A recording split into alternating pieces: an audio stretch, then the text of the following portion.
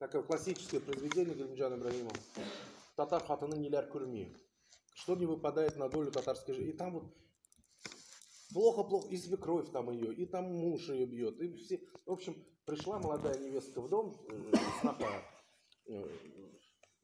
Все, ее там начинают тиранить.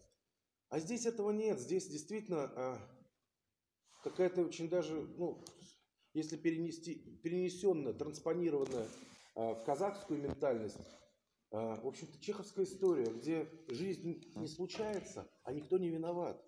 Вот никто не виноват в том, что Раневская уезжает. Внутри человека, к сожалению или к счастью, начиная с 20 века, заложено очень много противоречий. И все бы было хорошо. Невозможно следовать только каким-то одним правилам. Невозможно быть... Ты вроде бы все делаешь хорошо, никому никакого злодейства не причиняешь, а жизнь все равно не складывается. И вот 3 года прошло, 5 лет прошло, 8 лет прошло. А у нее это желание иметь ребенка, оно просто ее сводит с ума, вашу героиню. Она становится одержима, она бала. И у нее уже просто...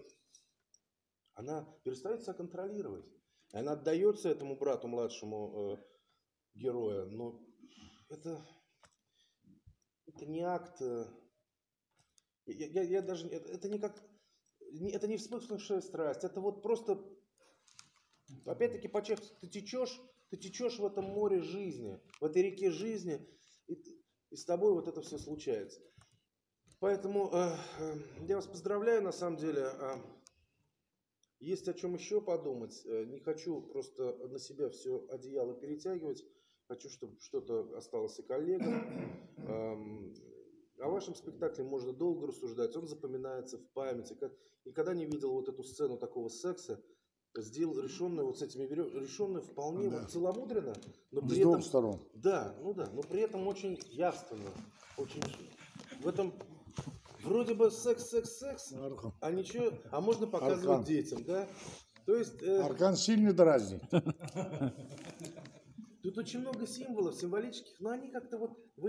Что мне нравится, опять-таки, актеры не зациклены на предметном мире, не зациклены на этих символах, на этих, значит, ведрах и колокольчиках. Они включены в ткань спектакля, но они как бы не идут, как все остальное. Здесь нет вот колокольчик, 5 минут актриса с ним будет. Нет, чуть-чуть раз позвенела, девочка, все. Нам понятно, вы же задали правила игры, здесь очень внятная режиссура. Ведь когда начинает критик ругать спектакль? Когда,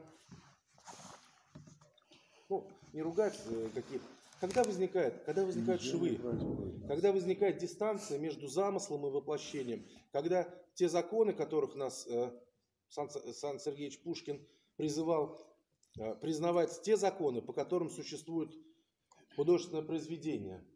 Каждое художественное произведение существует по своим законам. Но они внутри начинают спектакля, неудачного, например, они рушатся. Одно противоречит другому. В вашем случае противоречий нет.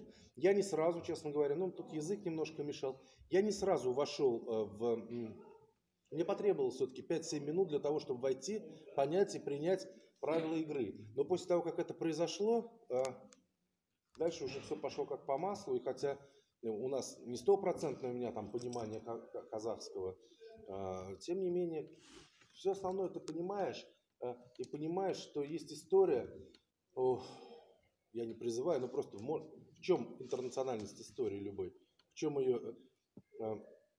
Ты можешь выключить звук, и ты понимаешь какую-то историю. Это самое важное. Потому что самое страшное для меня в театре – это иллюстративность, когда кончается текст, ты не понимаешь, что происходит на сцене с героями, с ситуациями. А у вас, мне кажется, очень правильная, грамотная здесь режиссура и, конечно, галерея, целая россыпь актерских работ. Спасибо.